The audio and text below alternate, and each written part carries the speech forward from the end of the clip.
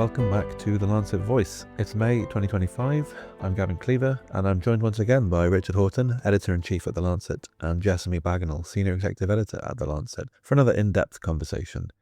This episode, we've set ourselves the quite sizable goal of discussing human flourishing and purpose, spurred on by a recently released piece of research on the topic, and also the funding problems facing universities and researchers currently in both the US and the UK.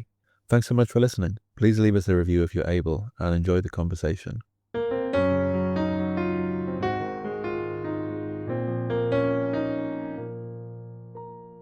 Welcome back to the studio, Richard and Jessamy.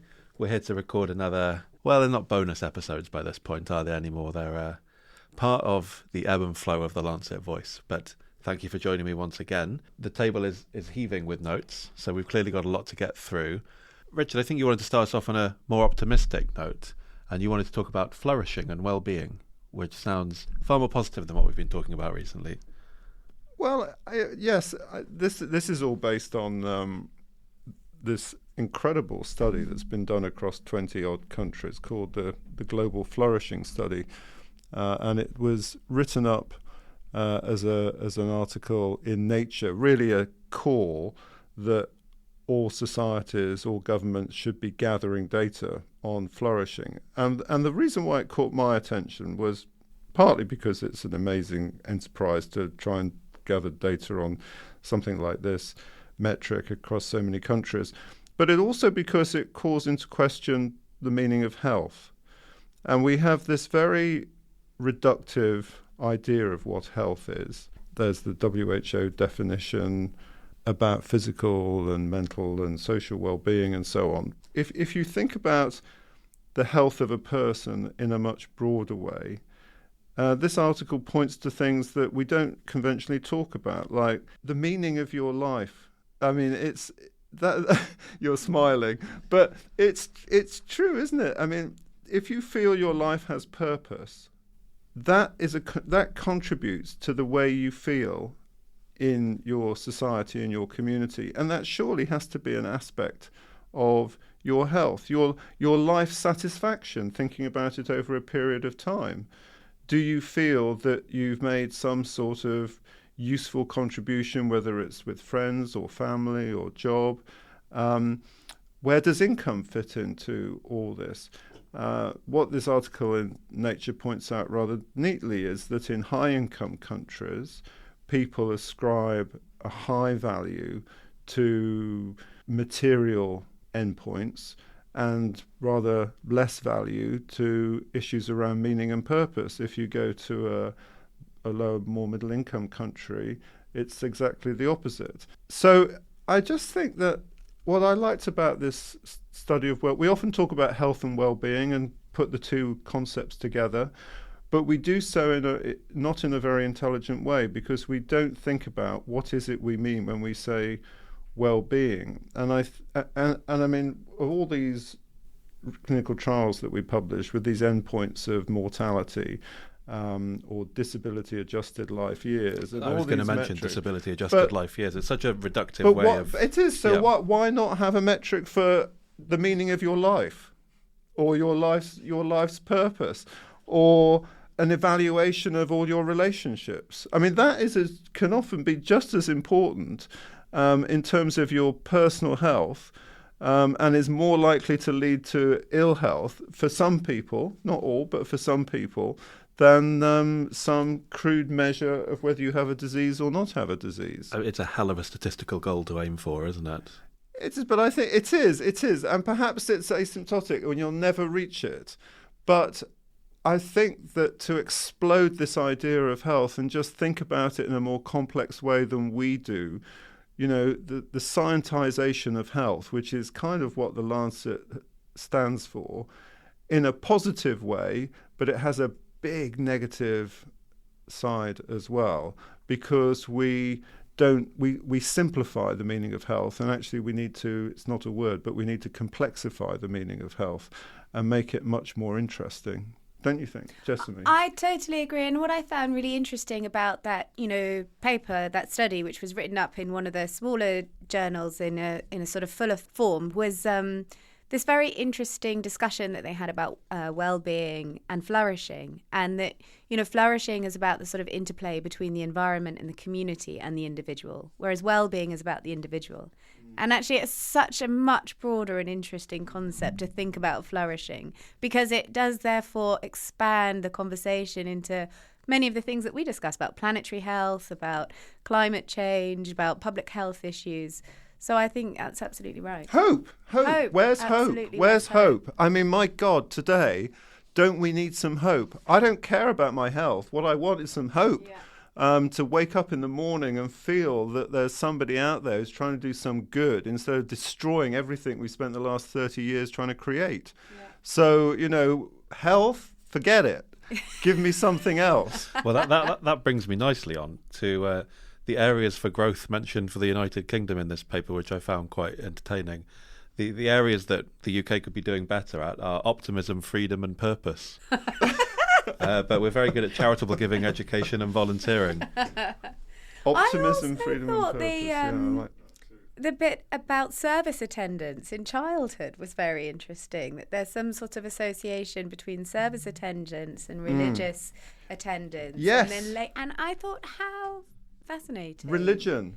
We need to be going to church more than twice a week. It's one of the major conclusions of the study, major isn't conclusion. it? The people who went to a religious service more than once weekly had a 1 point higher measure on this flourishing index. So maybe that's hope, because it's something.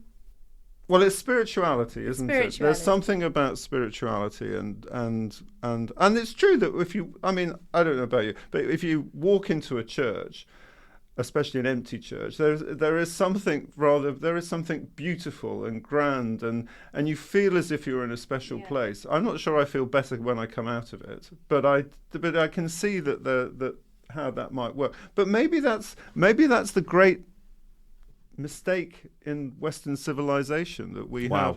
We've taken out, we've taken out that spiritual element, which is all about purpose and meaning, optimism and freedom, and we've destroyed our community as a result. They do actually have some funny wording about that, about the religious aspect. It's something like, this is thought-provoking result. Which I know, because as scientists or as pseudoscientists, well, that's what we're programmed to think. We're supposed to be somehow set up in opposition to religion. But some years ago we tried to forge this alliance with the Catholic Church. I mean, we've just got a new pope, and under Pope Francis, we made an overture to the Vatican, and we said, well, look, you've got 1.5 billion or so Catholics in the world. Wouldn't it be fantastic if we could mobilize you for health? And so we all tripped over to Rome, and we had this meeting and stayed where the cardinals were all staying a week or so ago. And we had breakfast where Pope Francis, as he was when alive then, would have breakfast, because he was such a modest kind of guy. And we met with the cardinal responsible for science, and there is a cardinal responsible for science. In fact, if you go to their building, they have a bust of Galileo in the Vatican, because they feel so guilty about what they did to poor old Galileo centuries ago. So, wouldn't it be fantastic if a medical journal could forge a collaboration with an institution like the Catholic Church? Sadly, it was completely disastrous and we failed. But nevertheless, it was the idea. This was the value. The invitation is open. This was the value of life. If Pope Leo XIV is listening to this podcast, exactly, the invitation is open. Exactly. This is the moment to try and rebuild our relationship with the Vatican. I did enjoy that. We have a weekly meeting at the Lancet, and most of the time it's photos of various Lancet staff members attending various conferences. And then one week there was a photo of Richard meeting the Pope, which was... Did that go into Lancet? I think it went into our weekly internal magazine, but it was more in the issue meeting when someone just clicked through to it, and there was a photo of you meeting the Pope. It was Yes, I did shake his hand, actually. Operating on a different level. Anyway, how do we get on to the Pope? We were talking about optimism, that's religious services, right. freedom and that's purpose. Right. We're all going to feel much healthier and happier and flourishing if we There was one final thing in this study that I wanted to pull out before we move on, which was quite a lot of the discussion that talks about young people and how, versus previous iterations of this study or things akin to this study, they're just simply they're not flourishing as well as they used to be. It used to be there was a U-shaped curve of flourishing. You felt that you were doing very well in your early years. It kind of bottomed out, roughly my age. When you have children. And then past the age of 49, you start. Once the children. You have me again. So for people like me, we're living on a plane of ecstasy, are we? Pretty much, yeah. That's the conclusion of the study. Yeah. But okay, I'll try and remember that. This version of it suggests that a consistent finding is that young people simply aren't doing as well as they used to be, which I think is a very interesting conclusion. It suggests that because of social and economic conditions, it is simply more difficult to be young today. And that's Jonathan Haidt's anxious generation, least flourishing generation. Yeah, next week we are. Next week is the World Health Assembly in Geneva, and we are launching our second commission on adolescent health and well-being. Word well-being, I think, is in there, and that is a big focus of the commission. In fact, that I think if you look at the number of young people who fall into the definition of adolescence, so up to the age of around 24 or so, you've got several billion people on the planet. So it really, this is not a small problem. But do we talk about adolescent health as much as we should? The answer is we really don't. So this is a hugely neglected topic, and I think certainly in the global north, so to speak, the idea that young people would be materially wealthier than their parents, that idea's died some years ago, and so. It's not just the great American dream, it's the great Western dream that every generation makes some sort of progress. I mean, I'm afraid that's a myth. And so what happens with children? It's as they grow up. There's no job security, there's no income security. It's pretty frightening, actually. I know, and so many of them are going to university, getting into huge amounts of debt, and then finding that the graduate jobs simply aren't there anymore at the far end. This is also a gendered issue. Young women and young men have some shared predicaments, but also very different predicaments. We have a war against women at the moment, and I'm not thinking particularly or exclusively about the Trump administration. There's been for some years a growing conservative tide that's been trying to and succeeding in taking away sexual reproductive health and rights. As we wrote about in one of our editorials recently. Yeah. Exactly. Access to safe abortion services remains a challenge and has been rolled back in many countries. And then, of course, there's now this attack on gender ideology, not my words, but the Trump executive order words. That's a terrible situation, but also for young boys and for young men. And when you see young men, the only role models they have to follow are Andrew Tate and the likes of those men. How have we created a situation for young men growing up that those are the role models that they follow? And if you look at the mental health of young men, that's a particular challenge and is getting worse, not better. And given that generation is going to be the future of our society, why are we not spending more attention on it? Well, I think I completely agree with that. But one of the other things we wanted to talk about, of course, is university funding. I think you wanted to highlight a particular piece on how the United States kind of became a science superpower with its funding of universities and research, and what it means now that this reimbursement of indirect research costs is potentially being cut so heavily by the Trump administration, what it means for kind of not just the US, but actually research and progress worldwide. Yeah, progress is not inevitable, and indeed it is highly reversible. And the assault on institutions of knowledge which we're seeing predominantly in the United States, but it's not only in the United States. There are many countries where universities are seen as subversive and freedom of speech needs to be curbed. But it is worth reflecting on, and this was also an article that was in Nature on how the US became a science superpower and the UK. I mean, the UK's done very well, but we diverged, was the argument in this paper. After the Second World War, we invested our focus on centralized government laboratories, whereas in the United States, they invested in university research, which was completely independent of government, not directed by government. And then as they came up with innovations, those innovations then became commercialized. And so you had this amazing triangle of government, universities, and private sector that created the alchemy for tremendous success. And I must admit, there was one, it hadn't occurred to me actually in quite the same way as it should have done. But, you know, we had Bletchley Park in the UK.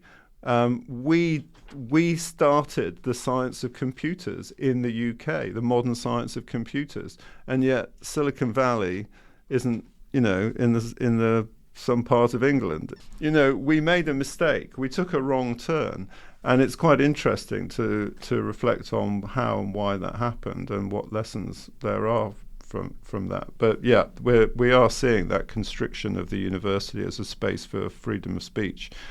But it means sort of this virtuous circle of innovation and progress is actually going to be, well, there's a chance it'll be broken by this one relatively kind of obscure sounding change in how the government funds universities in the US. In terms of the indirect costs, Yeah. Yes, exactly. It sounds incredibly boring and dull, and in some ways it is, but it has allowed universities to thrive and to grow and be the powerful institutions that they are. And I'm afraid to say, I mean, it's definitely not a clash of civilizations, and it's not a war between cultures, but I knew there was a but coming. But if you look from a global perspective, Western institutions of learning are, I don't want to say on the decline, but they're being pushed to one side because there are other parts of the world, and I'm thinking of Asia in particular, where they understand that investing in universities, giving the freedom to academics, that is a source of enormous economic, strategic power, and also in our small corner of the world provides a foundation for improving health. I mean, Jessamy, you've got an appointment, I know, at the National University of Singapore. Seriously, Singapore is a nation state that is pivotal as a centre not just for science but for communication in Asia. It used to be Hong Kong. But I think, to be honest, the chilling effect of what's taken place at universities in Hong Kong has made that territory a less attractive place to invest and to hold conferences. But Singapore has managed to retain that. And we met with that university recently from China, and we were also blown away by the scale of their faculty. I mean, when you've got a faculty of 10,000 and a student body of 60,000, and you're backing that up with investment, I think it's interesting to reflect on the compound interest that you get from some of these investments. You know, you spoke about what happened in the Second World War and the divergence between the UK and the US. And obviously, many of these policies might be reversible, hopefully, if we're able to get to the next stage. But there will be compound interest on these negative impacts. It won't just be that for the next 2, 3, 4 years things are bad. These impact generations of scientists and the way that science is done in a really meaningful way, I think. Would you agree? I mean, so that's what I think what you're saying is that it's going to take decades, not years, to reverse the damage that's been done, that is being done now. And that's for sure, because after 4 years, nobody's going to come along and reinvent USAID or restart PEPFAR or reinvent UNAIDS or give the Global Fund or Gavi the money that they're not getting. And that compound loss, as you say, I mean, that's that's pretty catastrophic for those institutions. But on the other hand, let's have hope. On the other hand, we need more optimism. I'm trying to be optimistic because, these bureaucracies in the United Nations, they are bureaucracies. They do a lot of good, but the incentives that they create are not always good incentives. I have had a very good friend at WHO, really good friend from an excellent country, not in the West, and he came to WHO and thanks to the United Nations funding, put his 3 children through private school in the United Kingdom, which meant that for him, big success for his family, all 3 children off doing professional jobs, wonderful, all paid for by the United Nations taxpayer. Meanwhile, he had a job in Geneva where the primary concern every day he got up was to do absolutely nothing, because the most important thing for him was putting his 3 kids through private school in Britain. And he didn't want to raise one hair on his head above the parapet of in Geneva. And so he cruised through his time in Geneva and was phenomenally invisible, and a great success. Sounds like a round. dream. How do I get this job? No, I mean it was, and WHO, wonderful place, inspiring. It's our agency, and we love it, and we defend it, and we write editorials about it, and I would die for it. But it's full of people like that. Yeah. And it's because the incentives are skewed to do nothing, and that's can't be right. And I think that's where it comes with engaging with the issues that have led us here. That we can still. It doesn't have to be between people who believe in institutions and people who don't believe in institutions and want to tear everything down. It's about thinking about getting it right. Yeah. Focusing on the outcomes rather than the processes and all of those types of things. Exactly. And when your benefits package is so great and you've got too much to lose, if you lose your job there, then that inculcates a culture of conservatism. Do you not think, though, it's a good opportunity to sort of remake the health world order? I was really struck by a quote from a anonymous European Parliament source recently, who said that Europe can no longer depend on the whims of 100,000 people in Wisconsin getting the correct information every 4 years. We have to rebuild in a way that does not rely at all on American politics and the back and forth and the polarization there. So do you not think that maybe this is a good opportunity to take the institutions that have relied so heavily on America and just work out a different way of managing things? I think that's exactly the way we have to think about it, that this is an opportunity for us to go back to, in a sense, a ground zero in global health and rebuild from there. I would hope that would enable certain countries to step up and to take a part in global health governance that they haven't necessarily taken a part in recent years. I think my worry is that those countries are not doing so because they are retrenching. There was a time back in the middle of the MDG era, so in the 2000s, where countries like the United Kingdom and France and Norway and Sweden were really, really dominant voices in global health. And those countries have stepped back. The UK has cut its 0.7% commitment of GNI on aid. They're not around the table in those global health discussions that they once were. And the same for many other European countries.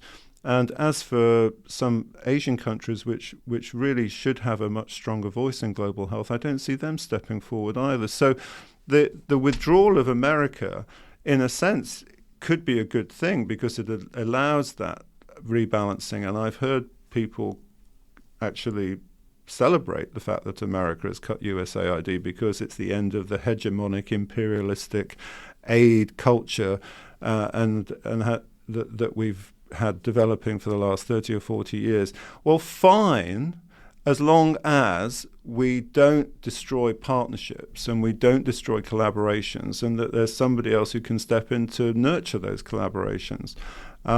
but I'm not sure that there will be. So unfortunately, nature abhors a vacuum, but I think it may have to endure a vacuum in this particular case. The other point I was going to make is, as well as this being an opportunity to sort of rebuild the health world order in a sense, what was interesting in this particular Nature article that you picked out was talking about how countries are just, it seems such an obvious open goal for countries to put together packages for those US scientists who suddenly find their research budgets slashed, who find themselves out of work, their grants cut, all that sort of stuff.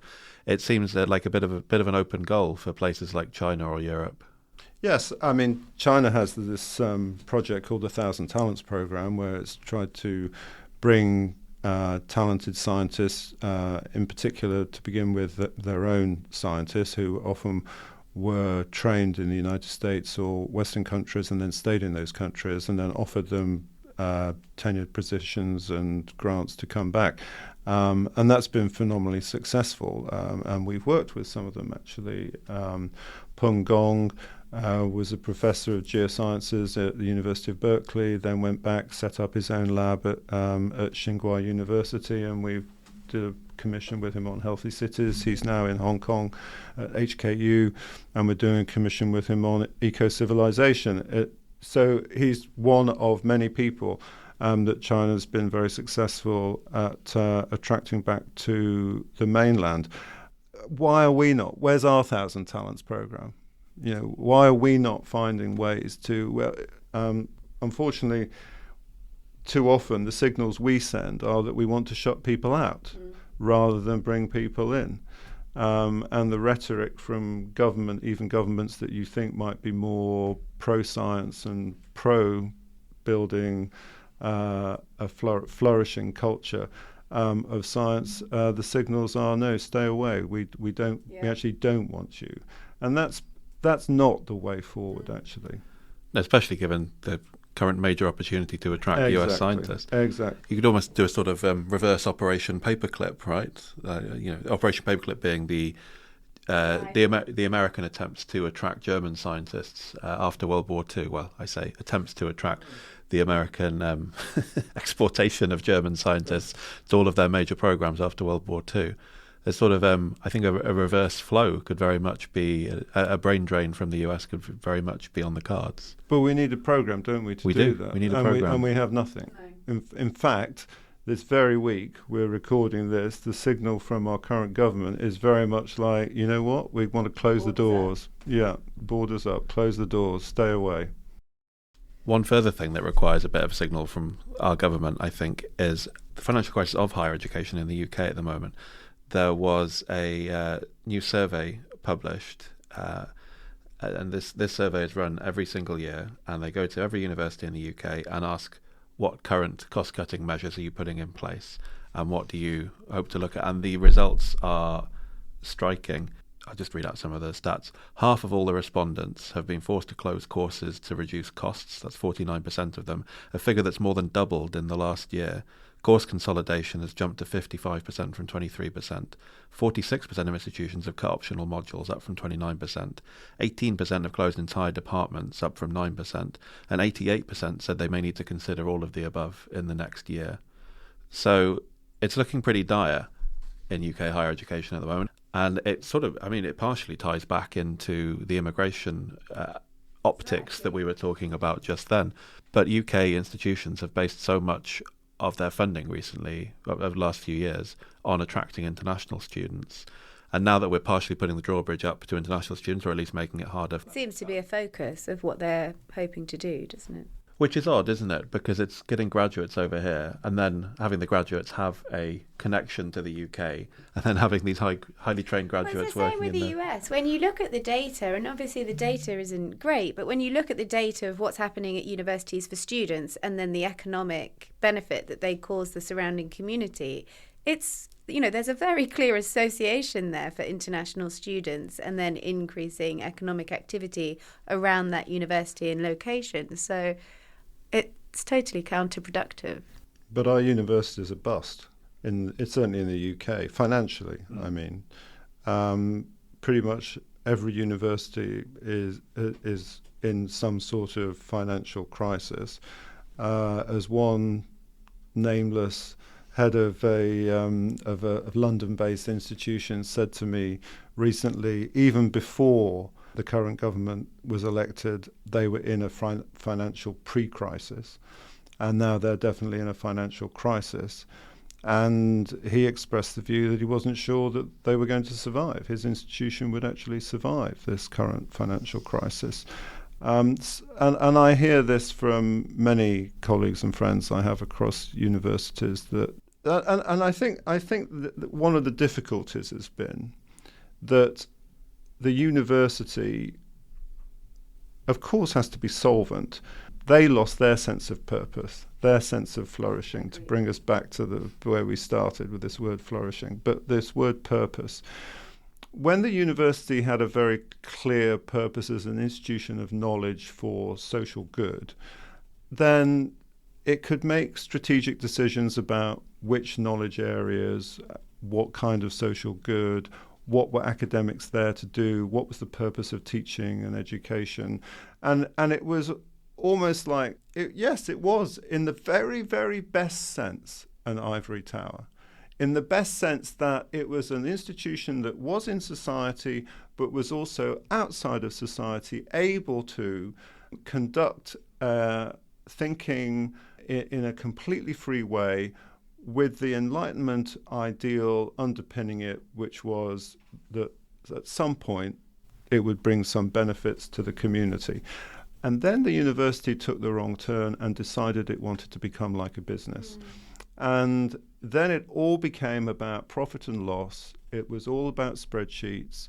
And I remember, I won't name the university, but I sat on the council for some years of one university, and we'd have these meetings every couple of months, and we'd sit around this big table and the chairman of council, and we'd have this thick book of papers. And the first thing that you had to look at was all the money that the university had made since your previous meeting. So it was all the grants that had been won. And of course, medicine always came first because it was getting the highest. Yeah, it was a lot of money that was coming in.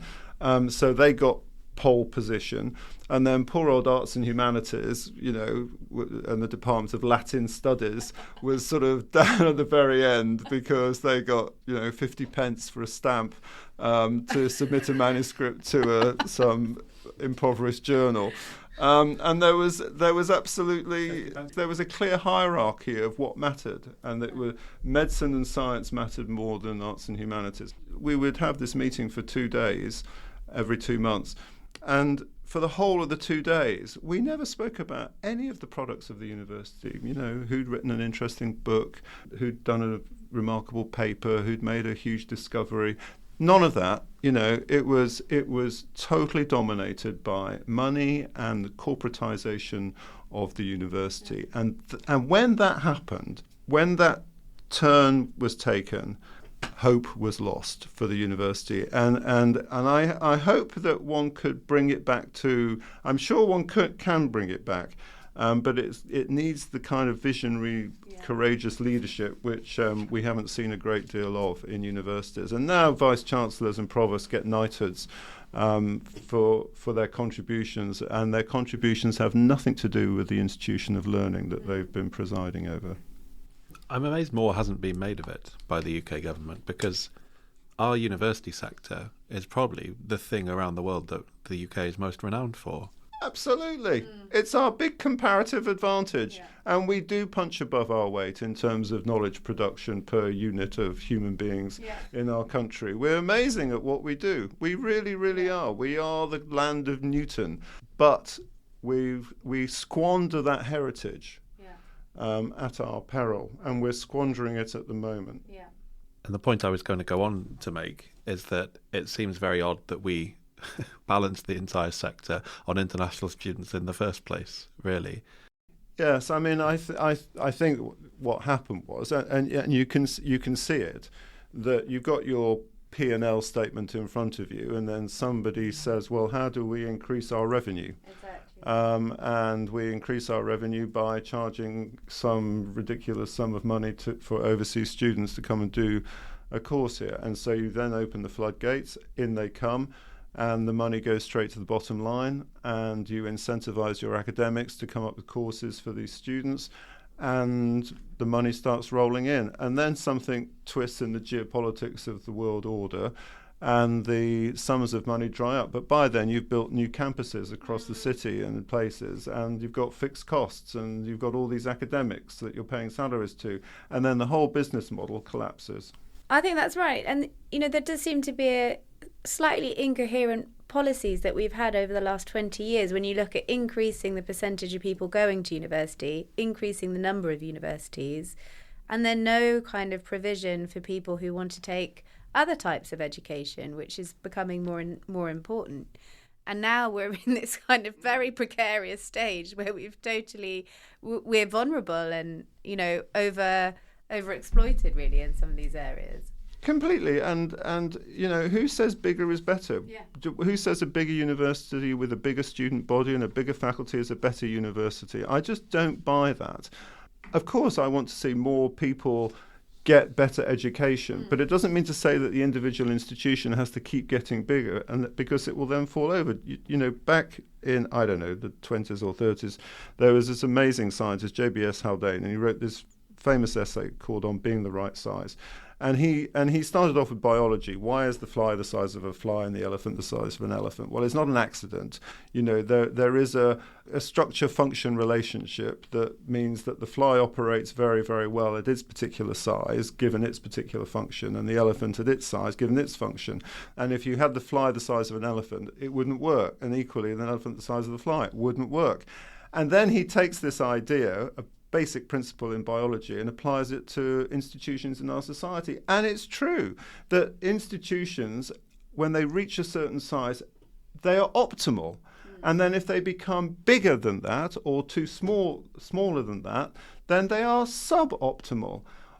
It's not complicated. And so these, and you see it, you do see it. We've seen it in our careers, I'm sure, that hospitals and research centres and other places that we've worked at have got too big, and then they lose the essential element that made them successful. And I think that's definitely happened to certain universities, not a million miles away from where we are here. Basic principles for life. I think. Flies and elephants. Well, it feels like this podcast has reached the optimum size. Not too big, not too small. I think that's right. So let's end it there. Richard, Jessamy, thank you very much. Thanks very much. Thanks, Gavin. Thanks, Jessamy. Thank you. Thanks for listening, and hopefully you'll join us again next time.